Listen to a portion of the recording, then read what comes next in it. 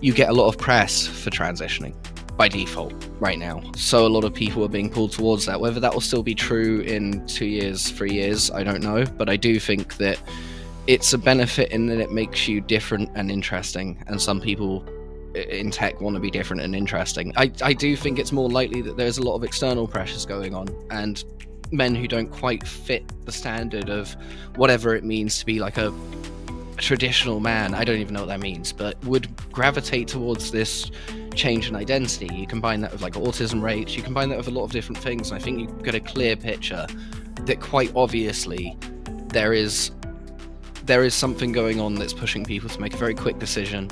And I think that the reason that we see less male detransitioners is men do tend to make more final decisions. There's a lot of shame in going back on your decision.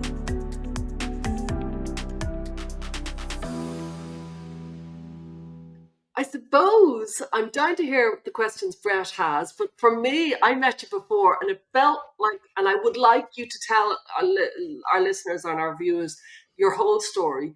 But for me, it felt like we met you, myself and Sasha, I had met you when you were just coming out. And now I see you online, I'm like, go Sasha!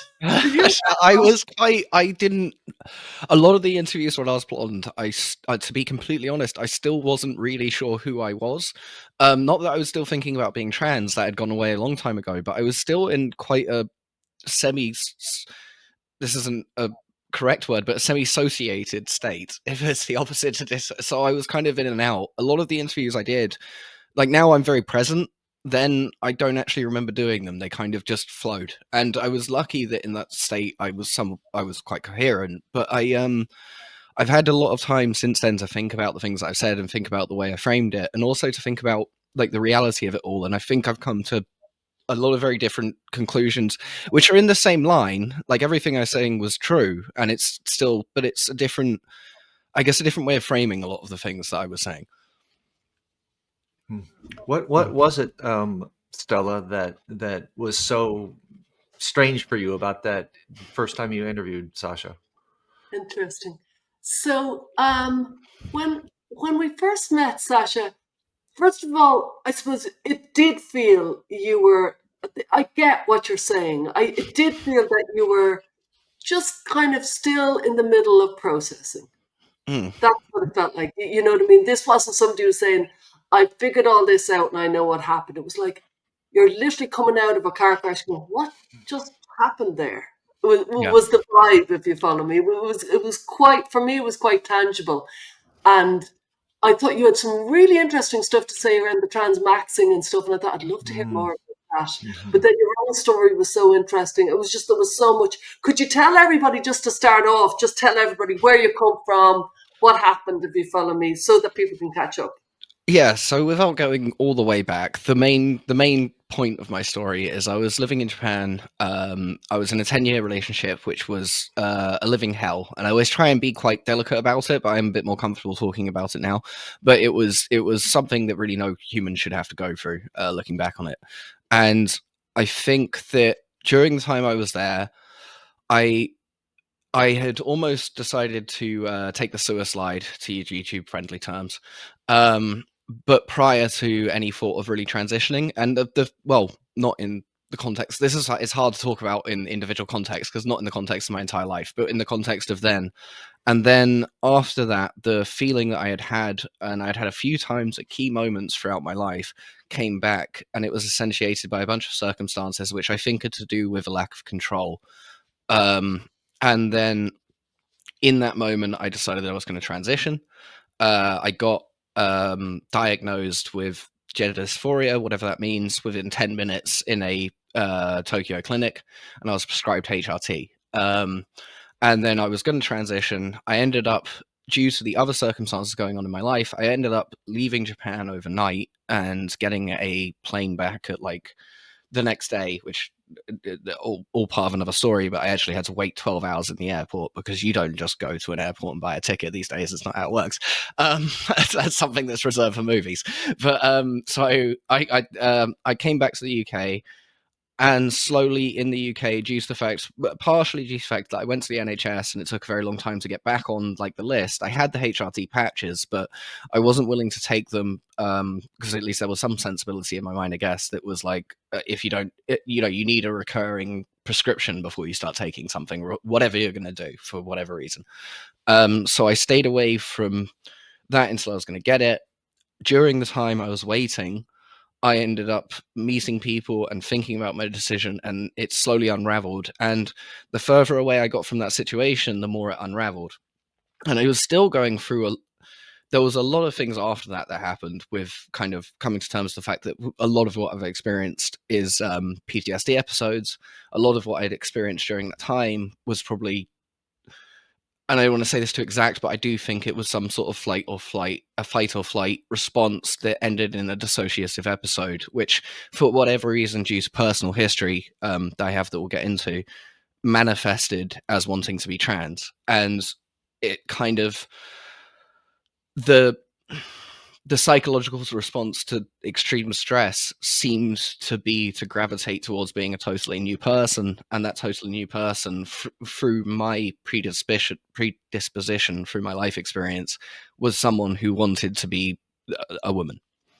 What I really appreciate about the way you're framing it is it allows a way of thinking about a lot of different varieties of people and all of the different reasons that a person could kind of glom on to this idea of being trans, because it's at least not being me. It's like being something else. When I've seen you speak in other, podcasts, one of the things that really struck me is, like, for a lot of people, there's this sort of functional logic, sort of a game theory approach that just says, well, like, for some people might think, I'm not going to get hired if I'm a man, so I'll become a woman. Or, this is happening to me because I'm a certain gender, so I'll just change it, which is sort of a type of logic that seems so simple and without feeling, or soul. That's how I frame it. That it's kind of hard for me personally to know how to deal with it, because it's like it kind of makes sense in a certain way, and at the same time it's like horrifying the way it makes sense. I don't know. Well, I mean, a lot of that was me too, because when you're doing it and you're making this decision, you then start thinking about, well, like you said, like the game theory aspect. So it's a lot of this is chicken and egg. So a lot of people would be like, oh, the only reason someone's transitioning is because of benefit. But maybe the reason that they transitioned originally, or were thinking about it, or predisposed to it, is something else. And then on top of that, they then start justifying it by for me, it would be like, okay, I was working in tech. Transitioning objectively would have been good for my career in tech. There is no other way of framing that. It's just true. And people will say, oh, it's all these challenges and whatnot, but the fact is that if you transition, you're one of the first trans people, you are guaranteed extra press, so it is good for your company in that sense. But whether that's like the primary reason, or whether that's a justification we come up with afterwards to justify, along not only with, are we doing this crazy thing, but it will also be good for me. And then the lies you tell yourself, and they may be true in society, which I think is a huge part of the problem. Some of these things are true in society, but I think a lot of it is the lies you tell yourself after the fact. In you saying that is where I see a real evolution, because I've watched a couple other discussions where you're talking, and it seemed to me like you kind of believed the conscious rationale of some people, like, whereas now I'm hearing that, yeah, sometimes that conscious rationale is after the fact, or not the real rationale. It's like there's so much else going on. No, exactly. And I think it's even thinking about myself, like the other interviews I gave where I said I had experienced gender dysphoria, I don't know what that means anymore. And I looking back on it, like there are some times in my life, there are 3 times I can point to where it was more gender based, but all the other times that I look back on it, and I think I reframed it, was, I think they were just episodes of not wanting to be me. And in the moment, it wasn't I wanted to be someone else, I just didn't want to be myself. So look, when you and probably still when I gave the first interview on this, was I was still framing those kind of mini things in between as if it was that, when really I was probably suffering from PTSD from what I went through as a child, or, well, not, again, it's more complicated. And to get into what happened to me as a child, I was sexually abused, just so people understand the basis of what I'm saying. But the real problem and the real reason it kept coming up is because the person I was around 24/7 liked to use that as a weapon in minor arguments. So I was being forced to relive this thing all the time, and I don't think that it was actually gender-based. I think it became gender-based on hindsight, and it's really hard to describe, because going through all of this and looking into all of the theories and everything that I've done for the last year, is that the one conclusion I come back to is that I'm pretty sure everyone is just an individual, and to try and categorize, you can do it broadly speaking, but it's difficult to do in a meaningful sense for every individual. So of course, because that thing was brought up and that thing is inherently gender-based, every argument that was brought up with, and every time it resulted in me having a kind of episode, of course I was going to then relate it back to those elements, because that is why it was brought up. So I think for someone, for more broadly speaking, I think if people are always having these traumatic people are having these traumatic moments, and then they're seeing someone, or they're talking to someone who's instantly framing it through gender, it's like, I don't know if the technical term is like response priming, but it's like, it's like you're just being put into that idea constantly that this is what it is. This is, when really it's not. And you're experiencing maybe a minor form of dissociation, which I think is more common than we think it is, in like a very minor form. And yeah, and I don't know. I that's how I feel like with me is what happened. It's strange because when you hear the word dysphoria now, people always think, well, they just think gender dysphoria, but dysphoria is just kind of, in its root sense, is a malaise, it's a depression, it's a sadness. And now it seems like if there's a dysphoria, we can just call it gender dysphoria. It's like the dysphoria is primary and the gender aspect is secondary. I don't know. That's one way of thinking about it. It's also like the easiest dysphoria to have, because it's something you can relate to. It's something that exists. So you're relating to, when you have dysphoria normally, you can't pick to be someone else in any other sphere. But you can kind of weirdly, in our culture, not that you actually can in reality, but you weirdly can pick to be the other gender.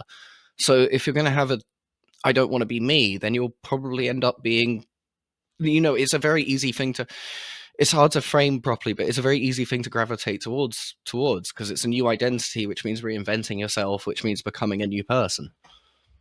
I think you're highlighting a very important point. In a way, if it was a better phrased diagnosis, I think a lot of people would understand what's going on. It's a kind of, I don't want to be me distress. I don't want to be me. I don't want to be me. I want to be anything but me. And, let me be somebody else. And that, kind of, I think, encapsulates the horror of the distress of, I just don't want to be me. It's horrifying and it's very sad. And if I sometimes play around with the idea if it was called identity disorder or something, but then it's falling into identity politics. But if it was some sort of kind of way of encapsulating what is going on for people, I think people would have, frankly, more sympathy and definitely more understanding of what is actually going down. And like you said, that's what I really liked what you said, Sasha, that it's the easiest way to be somebody else. Well, change your sex, change your sex markers. You escape. You know what I mean? You know that E. Cummings line.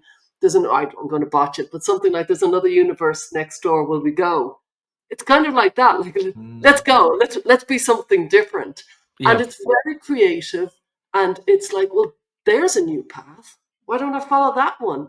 I was interested though in something you said earlier, which was the tech. If you don't mind, just to get down to the granular of this, because I think it's really important. You said it would be easier when I was working in tech to transition. It was a welcomed. Do you think that's still true? And do you think being the position you are now, effectively a desister and a well-known desister, is that horrifying in the same well, I definitely don't have the same opportunities I did, but I think no, I think it's true. I think it would be true in the fact that it's from a PR sense. Whether it would be true in a functional sense is a different question.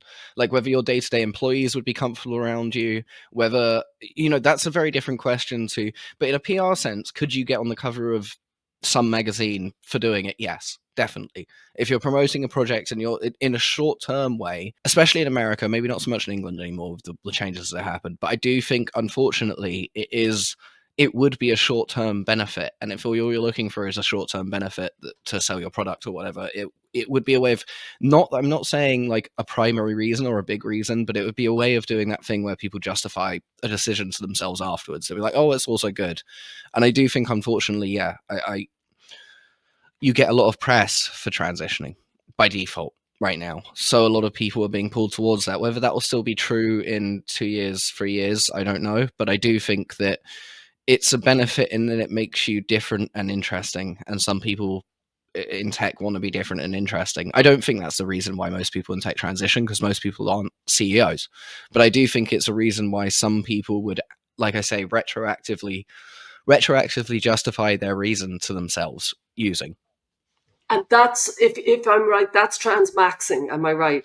Kind of, but You can no. explain it to people so people know what So I'm I don't know. I think transmaxes are complicated because that would technically, yes, fall under transmaxing, but transmaxing to me, and a lot of people misunderstand it, they think that they're talking about the personal gains, but they're not really. When you read their manifests, I've read too many manifestos over the last year, but when you read their manifesto, it essentially just outlines the logical reasons why you would transition, not necessarily saying that it's a benefit, but they're saying like, okay, if you're under 6 foot and you're a man, you're probably a better candidate than if you're over 6 foot.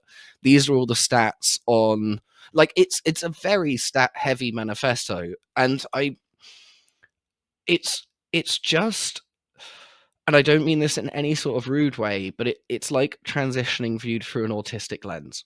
I was That's just that's what I would say it has, because Yeah. that's it. Basically, what it is. People really, the Channel 4 documentary mixed everything up because they made out like, oh, they're doing it because they gain extra things. It's not really that. It's just, here's the data sets and here's why you would want to transition based on data rather than based on you feel like a woman or something like that. And a lot of the other parts of the manifesto could lean towards the more weird sort of kink side, but I actually think that overshadows what it's really saying, which is very much like, here's the data on how well you're passed, here's the data on other people who have passed, here's their experience. Like, it's someone who wants a manual. That's what, spreadsheet. yeah, a spreadsheet on why they should do it or not. That's very much what it is. And the reason I got interested in them as well is honestly because I wasn't aware of their existence until after I'd kind of decided not to do it. But I did feel like a lot of the reasons they were giving were similar reasons to the ones that I came to. I'm thinking about what we were talking about earlier, of this idea of just transitioning to something else because it's not me. And I'm kind of thinking of that in relation to all of the technological developments that are happening, which means that, I mean, it opens up the door of transitioning into other things other than the opposite gender. Like we've got CRISPR, we've got nanotechnology, we've got genetic engineering. We've got a lot of different ways of changing ourselves now. I mean, in 100 years, are we going to be trying to change ourselves into other species, or just like, what are the weird extreme body modification things that we might see in the future? I think the next thing, and this could be, like 5 to 10, 20 years, is going to be bionic parts, because we have that, there's that girl who has, she was born without limbs, like she genuinely needs them. I can't remember why, but she has 2 bionic arms. And recently there was a video uploaded where she was controlling her hand by Bluetooth, so from like across the room. And it only takes for this sort of thing to get better, than slightly better or slightly more interesting than what you're born with, for people to be like, I want that. And then I guess the ethical thing will be, and this is probably a while off, but the ethical question will be, is it still self-mutilation if you cut your arm off to replace it with a better arm? Like, that would be the Because right now, if you cut your arm off, you're definitely going to get an inferior to a human arm. But if your arm can experience touch, it can spin 360 degrees, and it can walk across the room remotely, are you actually, like, are you self-harming at that point? Because is it not better? And I'm not saying it is or isn't. I'm just saying that that's going to be the ethical question on that sort of stuff, I think. That's very interesting. Rosie Kay talked about that at the Lisbon conference. She talked about soldiers who'd be able to see in the dark and run faster and go without sleeping. And it's like when technology exceeds human capacity, like when the chess player got beaten and stuff. I could really see the newer generations not being horrified by that and just thinking, yeah, it's logical. Why wouldn't you let it work for you? Yeah. Well, exactly. If it has no downsides, then there's only ups. Like it becomes a very different question, I think, because the changing gender thing it's in a very different category. But I do think it is, the ethical questions of when it becomes a benefit or it's meaningless. Again, this is even further out when people can just switch bodies at will. That will be a very different question as well. But these are all kind of very, very far forward questions. Could I just add in? I could see you've got something on your mind, Brett, and I want to hear it. But I just want to add in that, like, I had these detrans meetings. Beyond trans, we meet and we meet detransitioners, and it's a facilitated group. But I can't get over the number of them who say, it made sense to transition. It just made sense in my life. I was going to be more powerful. I was going to be a man. Things were going to go easier for me. It's very logical, like you say, the spreadsheet. Do you know what I mean? And this is going back generations. Some of the people in our meetings are 70, 80, 60s, 50s. They're really quite old and they would have transitioned a long time ago. And by the way, often we're fast tracked through. So that's a bit of a surprise for me because I didn't expect to hear that so often. But anyway, so there was always a lunatic fringe. They say it in such a logical way that they thought, yeah, nothing to do with authentic and everything to do with it makes more sense on the spreadsheet for me to be male or female or whatever. And so I will be. And it's I would say, a very autistic way of seeing things. It's a very, here's the pros and cons. For want of a better word, that's the word that I would lean into. That seems to give the understanding that somebody like me doesn't have of what's going on in the person's mind.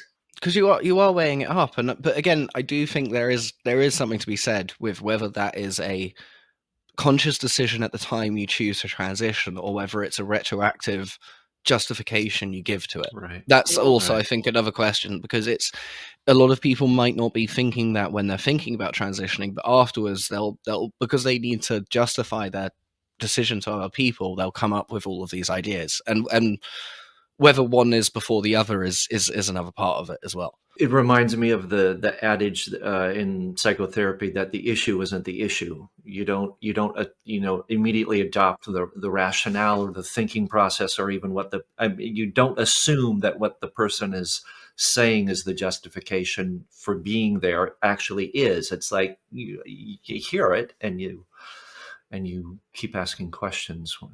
Now I'm wondering what Stella has on your mind, because she's looking up at the heavens like it must be something.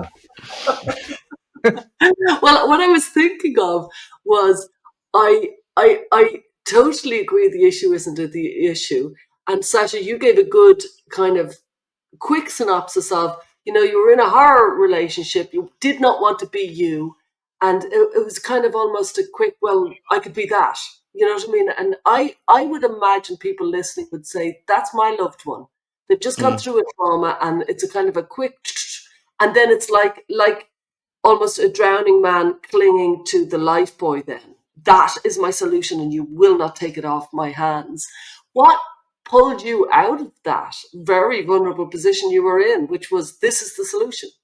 Every route I tried to take, I was blocked from. I was told that it wasn't enough. I was told it didn't work.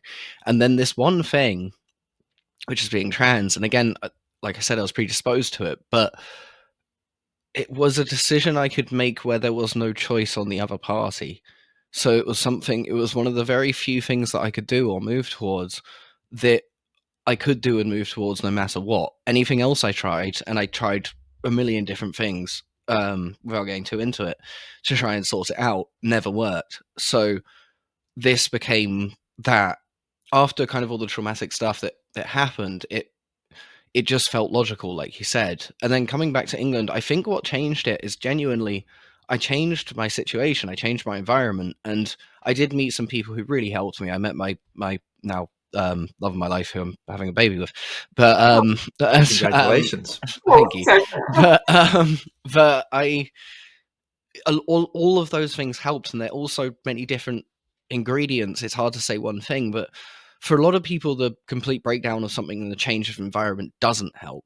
But for me, I guess I was lucky that it was so drastic and it was around so many different people and literally no one from my previous life. So it kind of woke me up from it. And also I didn't have that threat anymore. I didn't have that constant thing that was pushing me towards this crazy solution. And I wish I could give a better concise answer. I really do.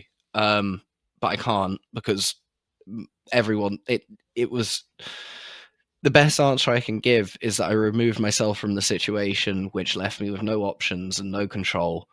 And I ended up in a situation where I had control and I had options, and I felt as if I had a future as myself. And that's not a very descriptive answer, but it's the best answer I can give. Someone mirroring me helped to wake me up from it, like repeating what I was saying back to them. Back to me, sorry, in that I was like, what will happen after you transition, repeating that back. Being away from the constant stress helped. And this is individual to me. I don't know if it would help someone else. I hope it will. But to me, it was the lack of options. This was a form of control. And all the periods in my life when I've thought about doing it. So the main flashpoints were just after I was what happened to me as a kid happened, and I was thinking about removing one of my body parts in a bath, which I've spoken about before. But that was about control. That was about control of that situation. I didn't want to be like the person who hurt me. When I was around 17, 18, and I thought about it again because I found out about it online.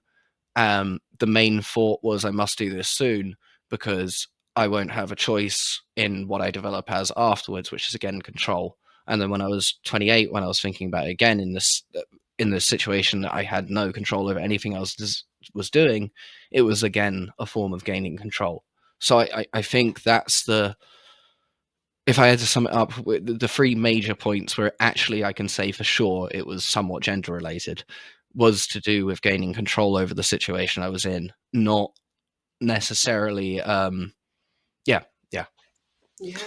The whole theme of control seems to be something that we're really grappling with culturally, and there's an assumption that having control is good, and I think an implicit distrust of anything out of our control. But we can see it like in the way we medicalize every sort of mood that's disagreeable, and the idea now that you can kind of choose which puberty you want, or if you want a puberty. It's like, no, nature does its thing, and you're kind of supposed to acquiesce on a lot of it.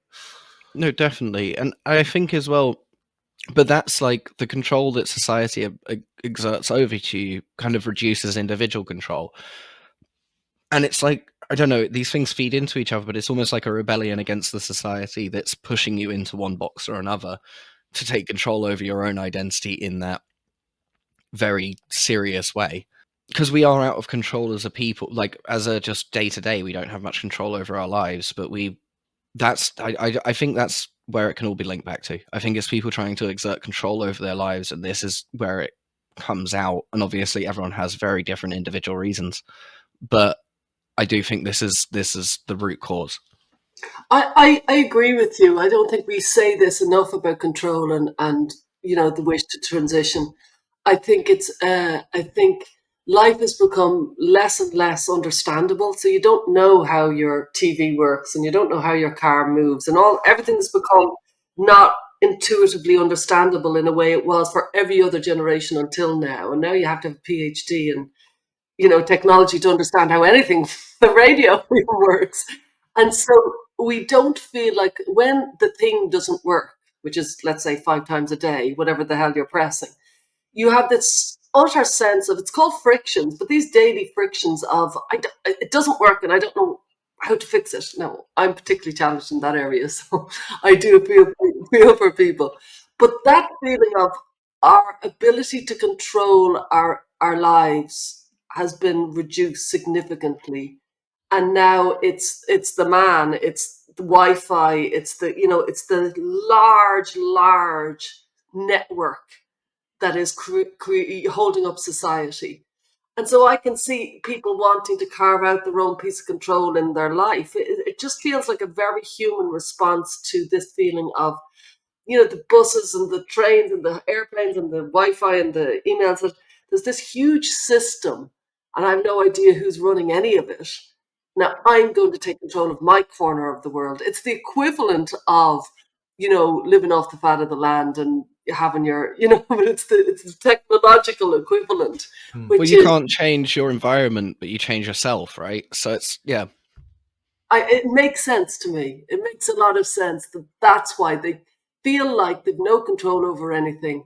Well, I can control my body. I can actually create my body completely, and I can also control everybody's way of thinking about me and speaking about me.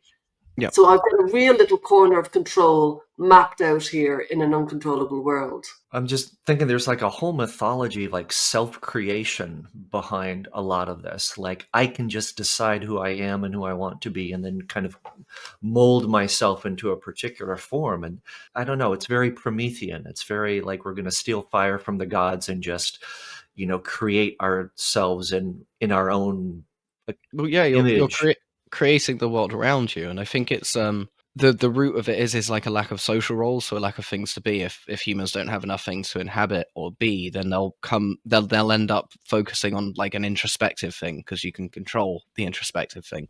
To switch gears a little bit, I see you've become, I think, if I'm reading you right, quite interested in what's happening to the boys, to the males. Yes, that's what I was going to mention too. Yeah, I mean, obviously that's who I am, so that's how I should like I can't give a full thought on why girls do it, but I can give a better coherent thought on why men might do it. So where are you at now, and why are the men, what's going on for the boys these days?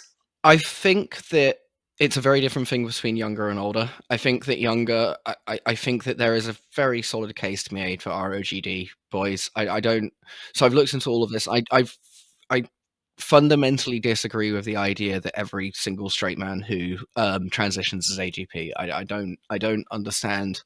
To me, that doesn't make any more sense. If you summed it up by saying, in gender identity, you're born with a mismatch between your outward-facing sex and your internal gender identity. I don't see the intrinsic difference in saying, in Blanchard's age, whatever you want to call it, theory, you are born with a mismatch between your outward sexual identity and your inward sexuality. It sounds to me like a reframing of the exact same thing, but with slightly different terms. And I know there's a lot of self-reporting and studies behind it, but I don't think it stands up to thinking about it within the modern lens. And also, I think generally speaking, you can just look. You have to look at the way society's evolved over the last 30, 40 years since the 60s. There has been a lot of, if you say, for instance, to a young white boy, I hate old white men. What are you actually saying to them? You're saying something that's actually quite abusive, because what you're saying and this is something that we hear all the time in society, for whatever reason. This is just an example, and I hate making things racial, but it's the example I can think of, is that whenever you say that and there's young white men in your life, you are basically telling them you're going to grow up to be something evil. And that's a societal pressure which is being put on that section of the society, but then it is put on men in general as well, because there is a huge cohort of people who, constantly go on about how men grow up to be all of the worst things in society. And I do think that that's been something that's grown over the last 30 years. Combine that with the internet, combine that with sensitive men who are interested in tech, which is where we see a lot of transition, which just so happen to be the exact same fields as which have been pushing this kind of feminine narrative. And I think, for anyone with any innate feeling, it would be very suspect that all of them just end up in the same industry. But I do think it's more likely that there's a lot of external pressures going on. And men who don't quite fit the standard of whatever it means to be like a traditional man. I don't even know what that means, but would gravitate towards this change in identity. You combine that with like autism rates, you combine that with a lot of different things, and I think you get a clear picture that quite obviously there is something going on that's pushing people to make a very quick decision. And I think that the reason that we see less male detransitioners is men do tend to make more final decisions. There's a lot of shame in going back on your decision. There's a lot more shame in our society on detransitioning than there is in transitioning. And if you end up happy with your environment anyway, I don't think people would change their minds, but that doesn't mean that it's not a massive loss to culture and a loss and a travesty that people are giving up all of these decisions very early on in their lives. What I'm seeing a lot is like young men who experience their own sex drive as something either like really annoying or like truly pathological. Like, God, I was looking at this woman, at the gym, and I looked at her breasts, and it's like, oh, is that okay? It's like, and it's just like, it's an extreme scrupulousness about everything related to their sexuality. And, I was born in a different era, and it's like, okay, don't stare, but of course, yeah, cop a glance, she's pretty. It's like, it's kind of not that big of a deal as long as you have some conscientiousness about it. And it's just a part of yourself. It's like you gravitate, you're attracted, you look, and Yeah. but they don't have a frame that's kind of okay in certain. I think they're taught that all of this stuff is bad and it's wrong, and it's like it's I think a big part of it is having self-control, and that is a big part of being a man in general. So it's being aware that you have, a proclivity to whatever, to be a bit more aggressive, but it's also knowing that you have to control that and temper that. And there's two parts to it, and it doesn't need to be this negative thing. We very often take the most extreme examples of bad men and then paint the whole group as if they are the same.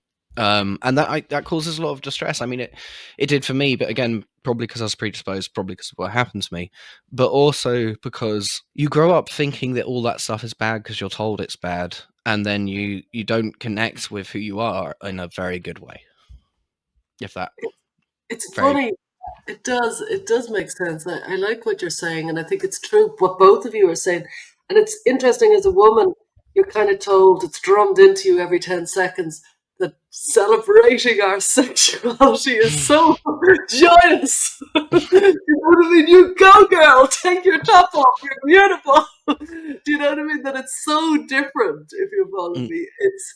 It's extraordinary. Now, I'm not saying like, because we came from very different places, but where we are now, I'm not saying that's where I came from. I certainly didn't come from that. Where we are now, it's a feeling of, you're meant to lean into the joy of your sex drive, which is perhaps your life-giving energy, is the kind of what you hear among women's circles. If you follow me, this is where your power is, this is your force. While men are in this, which is kind of feels like where I came from. This kind of don't like sex, it's bad, put it away.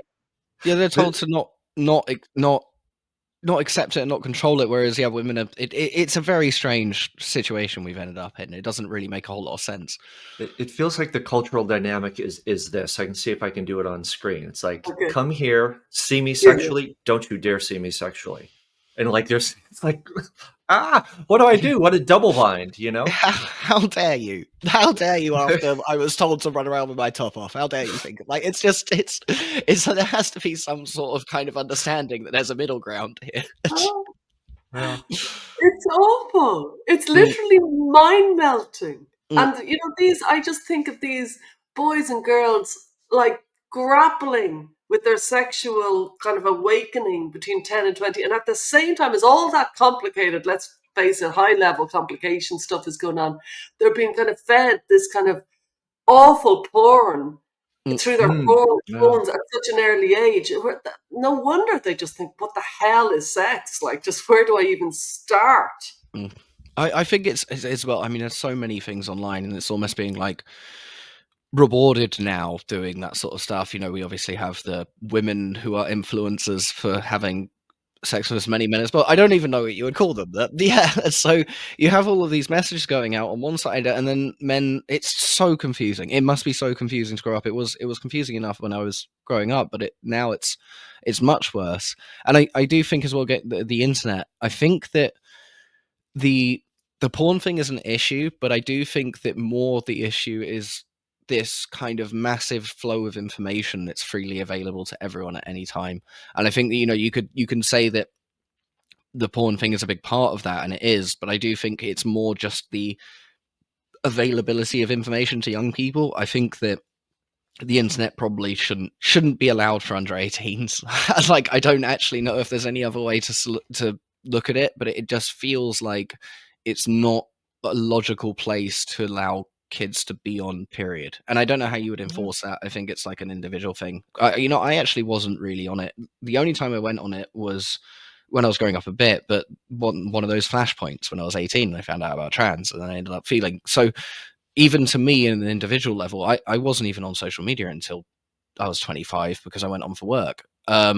So those were all through forums and stuff at that time. But I do think the internet is a big part of the issue. Basically, when you're on the internet and you exist within this space, it's like existing within a crowded space where you have a lack of kind of social roles, you have a lack of people to be. If you're ousted on the internet for doing something bad, you can't, like we would have in the past, just leave, find a new tribe, create something new. That history is always stuck to you. So you have this limited space which you can move within and be as you. And when you've exhausted, when you've made so many mistakes, you're then stuck, and you're kind of stuck into this new hole or this new pigeonhole of the person you are. Your identity is kind of cemented. Whereas pre-internet, you could move town. You could, worst case, and you'd invent an entire new life. With the internet, you basically can't. GenSpec's Bigger Picture conference series returns for its fourth landmark international event this September, the 27th and 28th, Saturday and Sunday, in Albuquerque in New Mexico. At this time, we're not just analysing problems, we're shaping the solution. We're looking for a way forward, and we've chosen the best speakers, the best leading thinkers of our generation to discuss how we can move the dial. With the theme Live Not by Lies, Conversation for a Culture in Crisis, this year's conference tackles one of the most urgent challenges of our time: how to speak truth in the face of conformity, confusion, and institutional pressure. As the politicisation of sex and gender continues to divide societies and derail thoughtful discourse and destroy loving and engaged families, this groundbreaking counterpoint to WPATH brings together the world's leading thinkers, clinicians, policymakers, lawyers, politicians, and psychologists to forge a path that is ethical, evidence-based, and grounded in reality. Abigail Schreier will expose the hidden consequences of bad therapy. Dr. Lisa Littmer will present her latest groundbreaking research. Lionel Shriver lays bare how society's fixation on trans identity distorts truth and undermines fundamental freedoms. Peter Boghossian will present Truth Over Lies, Bold Conversations in a Fractured Culture. Dr. Patrick Lappert will discuss the impact of trans surgery, while Dr. Quinton van Meter will discuss the impact of hormones. Following defining events in Killarney, Ireland, in Denver, Colorado, in Lisbon, Portugal, we're now coming to Albuquerque in New Mexico. This is more than just a conference, it's a call to action. Join us for 2 days of unflinching honesty, rigorous evidence, and solution-focused collaboration. It's time to move the dial, and you need to be in the room. Visit genspec.org to secure your place.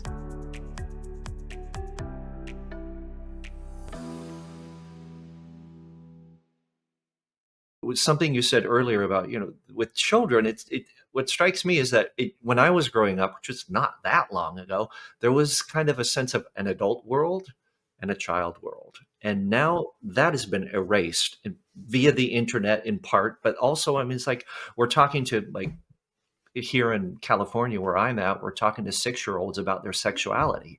It's like, that is there's so many boundary violations there. So much conflation of adult and child worlds. Yeah.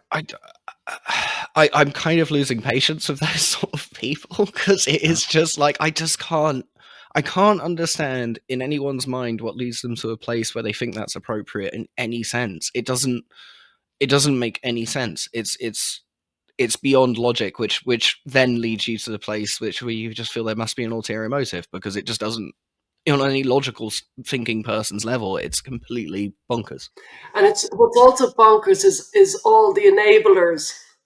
You know, it's the enablers that I have a particularly problem with, because that's where all the power is, that's where all the numbers are, that's where all, you know, where we could actually stand up and make a change. This didn't have to happen.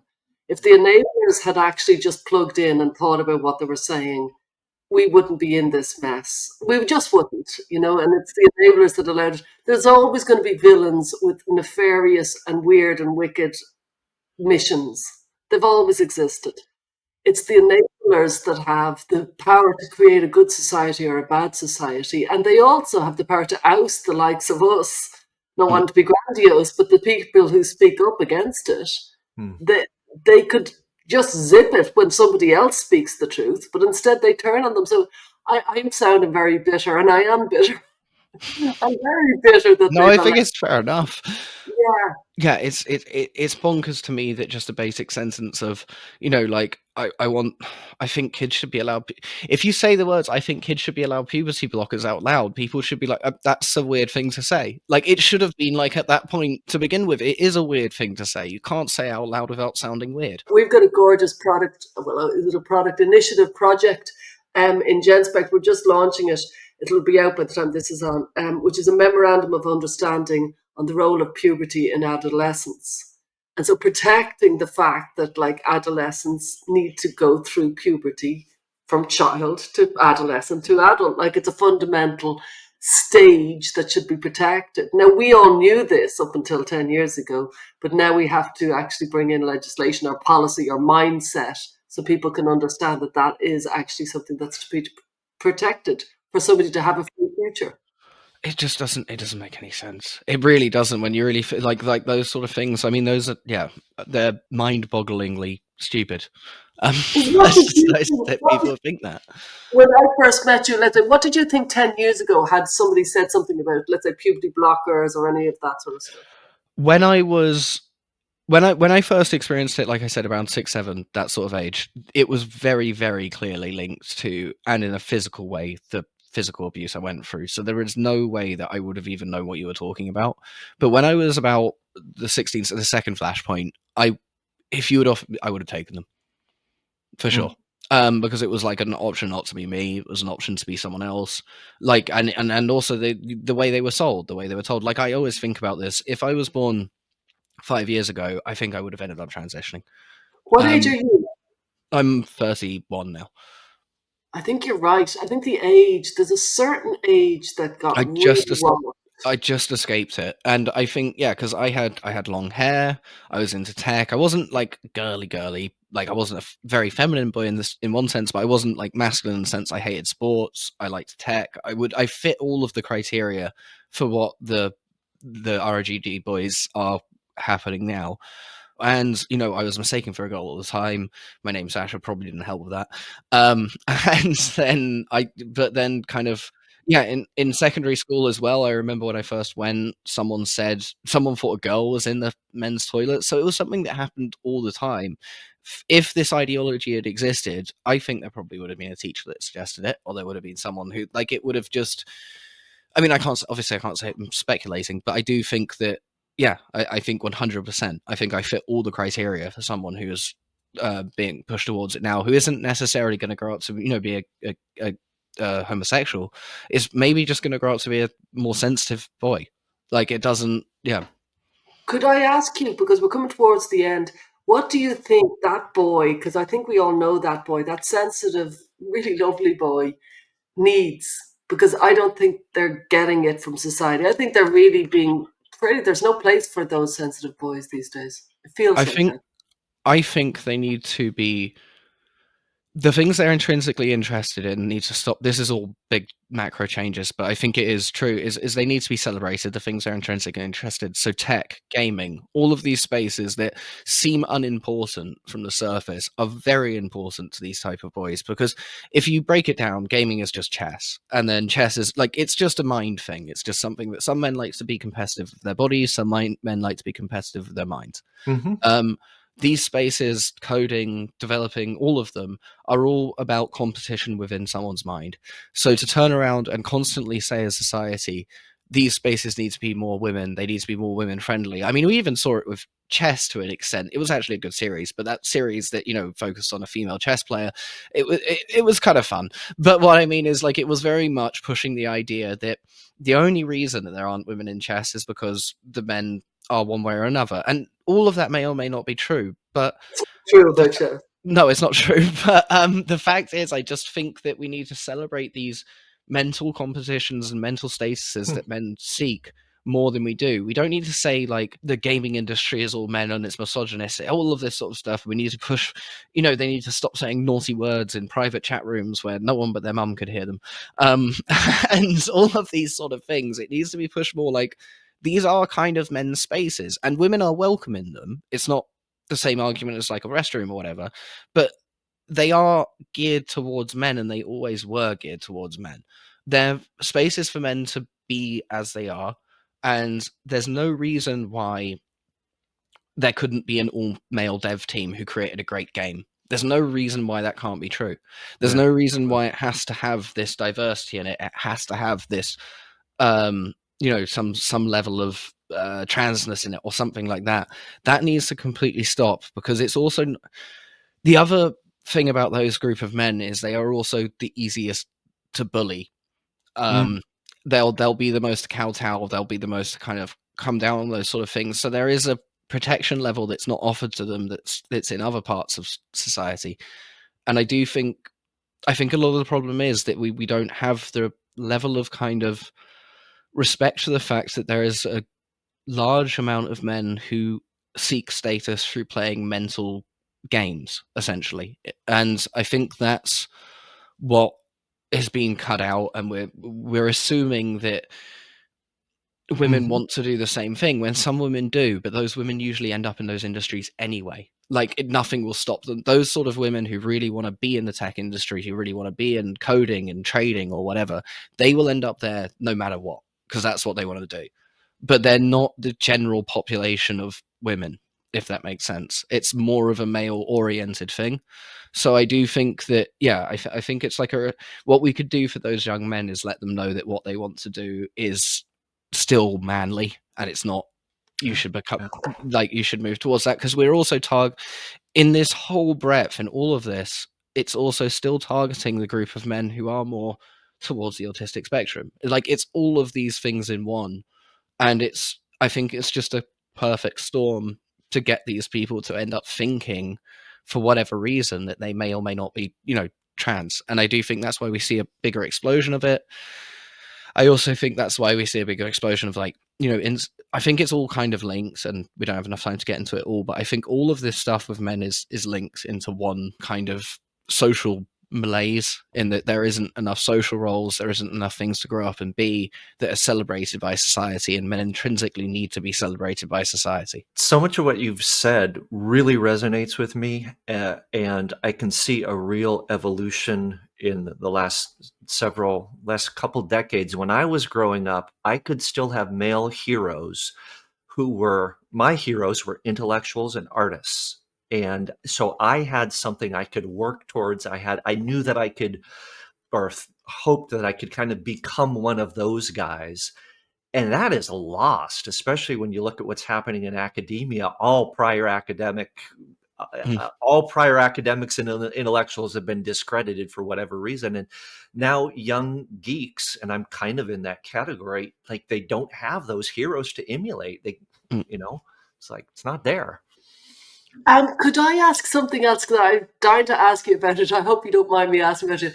Your dad is David Bailey, very hero. Like, what an extraordinary. For those who don't know, am I right in saying that he kind of the photographer of the 1960s. Yeah, Very. I would say that, like, prior to him, it was a lot of girls in frocks in silly poses, and he sounds silly, but it was a big thing at the time. Is he took kind of the first picture of a girl behind a chain link fence wearing a leather jacket, and it kind of changed the direction of fashion quite a lot since.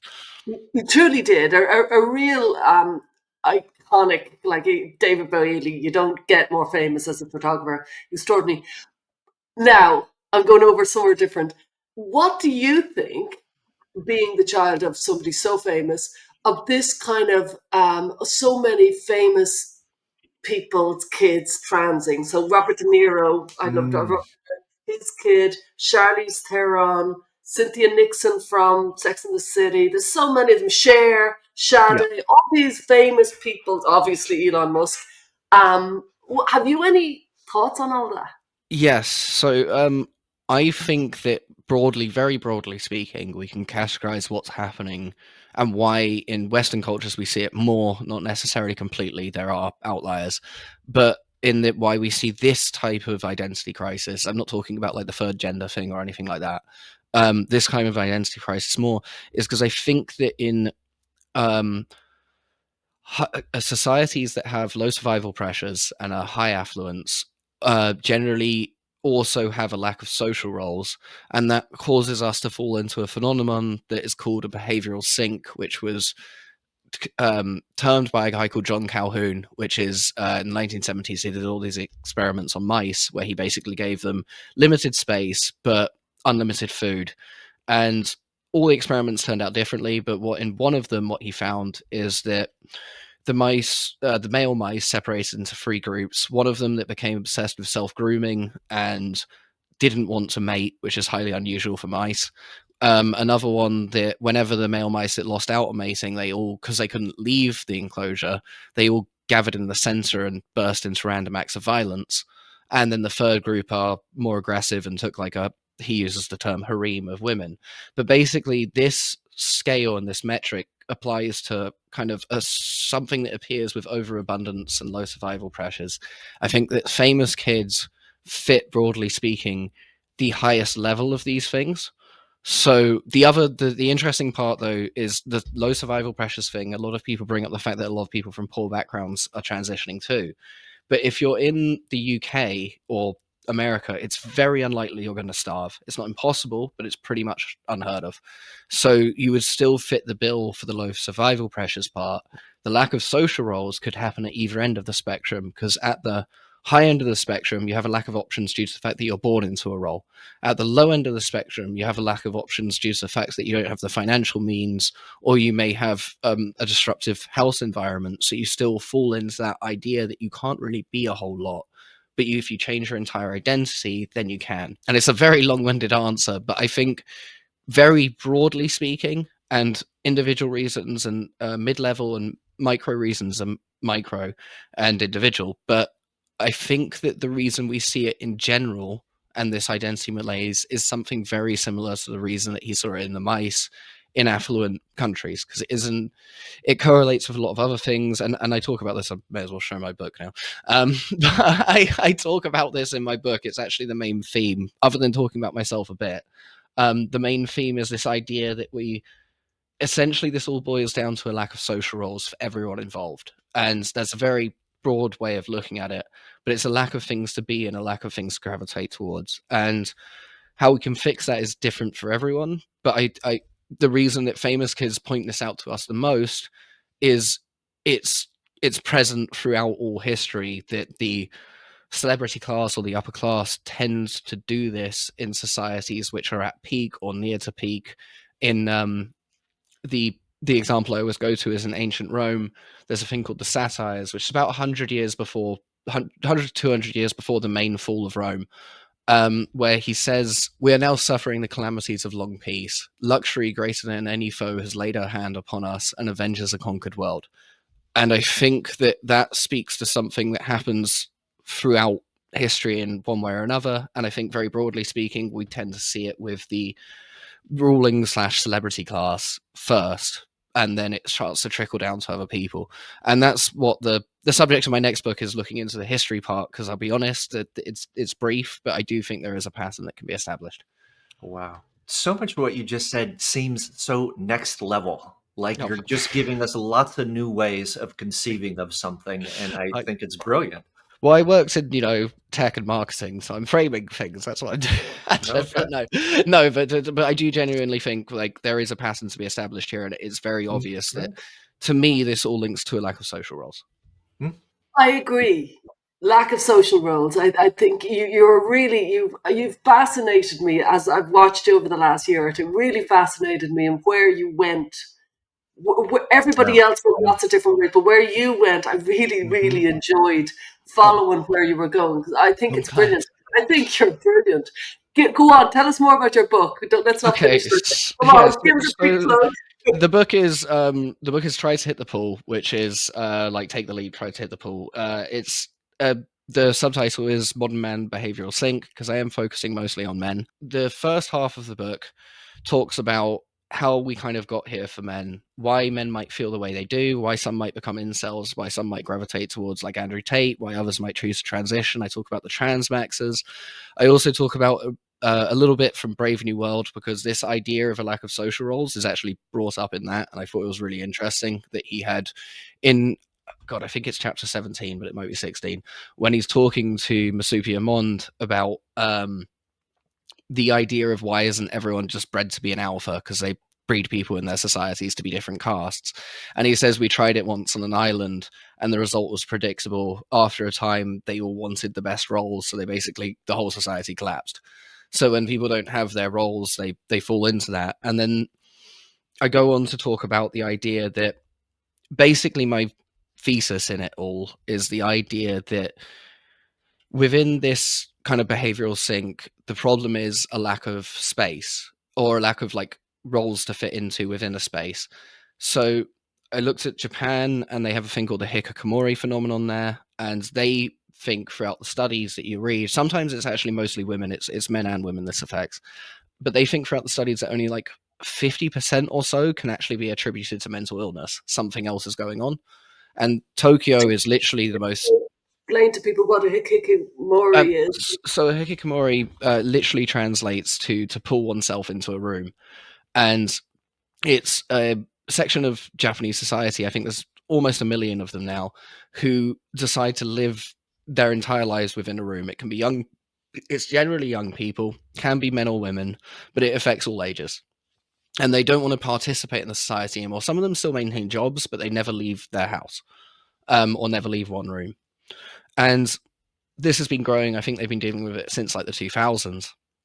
And the researchers in it say that they basically only about 50% can be attributed to direct mental illness. It depends on the study you're looking at, but they think there's something bigger's going on. They don't really say what that is, but they do point to the idea that Japanese society is too difficult and they can't fit into it, so they're pulling themselves out of it. Again, the same kind of, I think we have the same impact with the incels and people like that, but they're choosing it more for the mating market.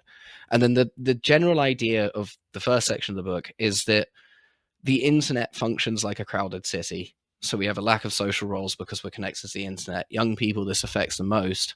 And then we're not able to leave, to establish new social roles. So it functions in the same way that in John Calhoun's Mouse Utopia, this limited space with abundant resources works the same way in a kind of metaphysical way for people online. And the second part of the book is my story, and then the third part of the book, which is quite in depth, which kind of relates. And then the third part of the book is kind of where I ended up and where a lot of these things I think are impacting people. I do a chapter about the theories on transgenderism, which was painful to my mind. Just all of it is so all over the place. And then a little bit about kind of the turf movement and how I think a lot of them are very misunderstood. And then I try and end up with some positivity. So it's like a hero. I'm hoping it comes I across love as this. a hero's journey for the reader rather than a Mhm. hero's journey for any individual character. That's the goal. It's all of my thoughts over the last year after really looking into this and what I think is the problem, how we can identify it, and maybe how we can help. And in calling it a behavioral sink, I think at least that gives us ingredients to what creates the basic breeding ground for people to have these abnormal behaviors. Not necessarily that gives us like a full cure, because there's no such thing in that sort of stuff, but it at least tells us that, okay, well, we can't lower survival pressures because it's important that we have, we don't want that, but we can introduce more social roles.